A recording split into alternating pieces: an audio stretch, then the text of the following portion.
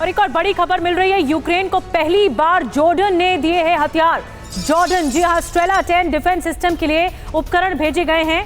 रूसी मिसाइलों को गिराने में मदद मिल सकेगी।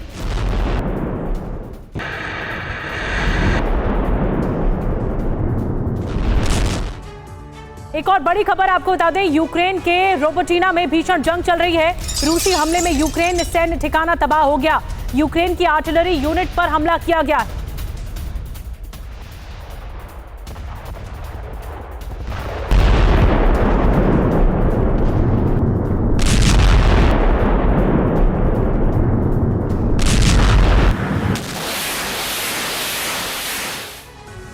और एक और बड़ी खबर आपको बता दें, वैगनर ग्रुप को लेकर बड़ी खबर है। बेलारूस से शिफ्ट हो रहे हैं वैगनर के लड़ाके। बेलारूस से आई 2 तस्वीरों से दरअसल खुलासा हुआ है, बेलारूस से कम हो रहे हैं वैगनर लड़ाकों के कैंप। ये खबर मिली है, बेलारूस से शिफ्ट हो रहे हैं वैगनर के लड़ाके। लेकिन अब सवाल यह है कि बेलारूस से आखिर जा कहां रहे हैं वैगनर के लड़ाके। आइए बिग वॉल के जरिए बड़ी डिटेल्स आप तक पहुंचाते हैं। प्रिगोजिन की मौत के बाद बेलारूस में कम हो रहे हैं वैगनर के कैंप। और इसके अलावा ये भी जानकारी मिली कि बीते 15 दिनों में वैगनर के 60 कैंप नष्ट कर दिए गए हैं। आपको ये भी बता दें कि 3000 से ज्यादा वैगनर लड़ाके अब तक शिफ्ट हो चुके हैं और बेलारूस से शिफ्ट हो रहे हैं। पहले 5000 से ज्यादा सैनिक कैंप में यहां पर रहते थे, लेकिन धीरे धीरे ये शिफ्ट हो रहे हैं। सूत्रों के मुताबिक कुछ लड़ाके छुट्टी लेकर रूस चले गए। जो कुछ सैनिक हैं वैगनर से जुड़े हुए, वो रूस चले गए। वैगनर के कई लड़ाकों को अफ्रीका भेज दिया गया है, ये भी जानकारी मिली है। और ये इसीलिए सस्पेंस ज्यादा बना हुआ है कि वैगनर के लड़ाके कहां जा रहे हैं। एक और बड़ी खबर आपको बताएं, रोमानिया तीसरे विश्व युद्ध का एपिसेंटर बनने की कगार पर इस वक्त खड़ा हुआ है, क्योंकि रोमानिया को लेकर रूस और नेटो में विश्व युद्ध छिड़ सकता है। महाविनाश की संभावना उस वक्त बहुत बढ़ गई जब रोमानिया की धरती पर रूस का तीसरा ड्रोन गिर गया। नेटो देश की धरती पर रूसी ड्रोन का धमाका हुआ तो महाविध्वंस की ज्वाला भड़क उठी। सवाल है कि आखिर रोमानिया पर बार बार ड्रोन क्यों दाग रही है पुतिन की सेना। उससे बड़ा सवाल यह भी कि आखिर पुतिन के एक्शन पर नेटो का रिएक्शन क्या होगा।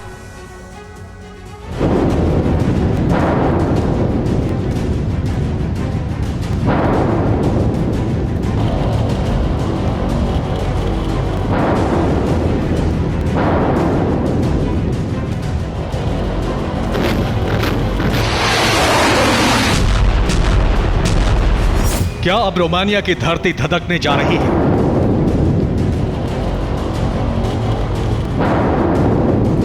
क्या रोमानिया एटमी युद्ध का एपी सेंटर बनने जा रहा है?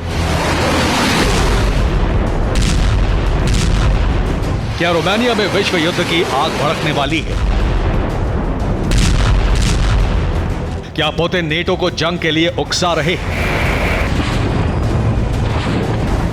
ये सवाल इसलिए उठ रहे हैं क्योंकि रूस के ड्रोन लगातार रोमानिया की जमीन पर गिर रहे हैं।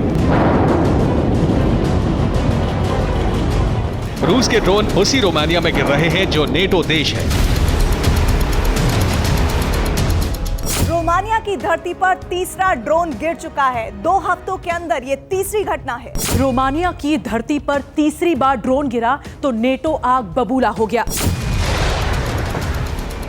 तीसरे ड्रोन का मलबा मिला तो रोमानिया भड़क गया। उसने रूस के राजदूत को तलब कर लिया। रोमानिया की सरकार ने रूसी राजदूत को इसके गंभीर परिणाम भुगतने की चेतावनी दे दी है। उधर नेटो ने पहले ही ऐलान कर दिया है कि अगर रूस ने रोमानिया पर हमला किया तो नेटो रूस के खिलाफ विध्वंसक जंग छेड़ देगी।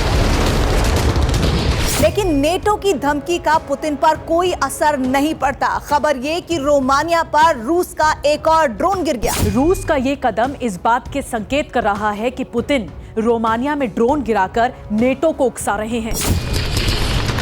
पुतिन नेटो को जंग के लिए उकसा रहे हैं ताकि पश्चिमी देशों से यूक्रेन युद्ध का बदला लिया जा सके, ताकि अमेरिका के साथ साथ नेटो की बादशाहत को खत्म किया जा सके।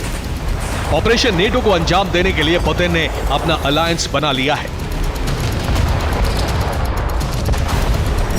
इस अलायंस में रूस के साथ चीन, उत्तर कोरिया, ईरान और बेलारूस शामिल हैं।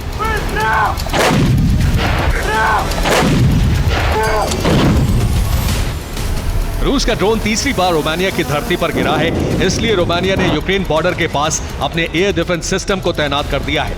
इतना ही नहीं, रोमानिया ने यूक्रेन के साथ सी ब्रीज एक्सरसाइज शुरू कर दी है। ये रोमानिया की सैन्य तैयारी है ताकि नेटो का आदेश आते ही मॉस्को पर हमला किया जा सके।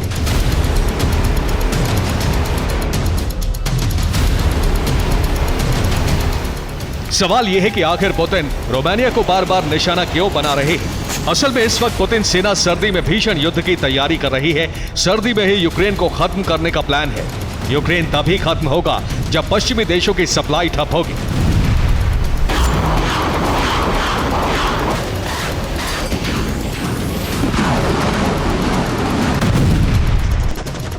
सर्दियों में यूक्रेन को हथियारों और रसद की सप्लाई सिर्फ रोमानिया के रास्ते ही हो पाती है। रूसी सेना इसी सप्लाई चेन को तबाह करने की कोशिश कर रही है ताकि बर्फबारी के दौरान यूक्रेनी सेना निहत्थी हो जाए और पुतिन आर्मी भीषण प्रहार कर उसे सरेंडर करने पर मजबूर कर दे।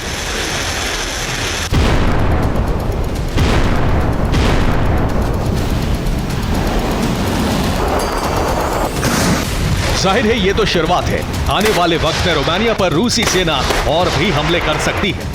नेटो देश पर यह वो हमला होगा जो तीसरे विश्व युद्ध की वजह बन सकता है। Bureau report, TV9, Bharat.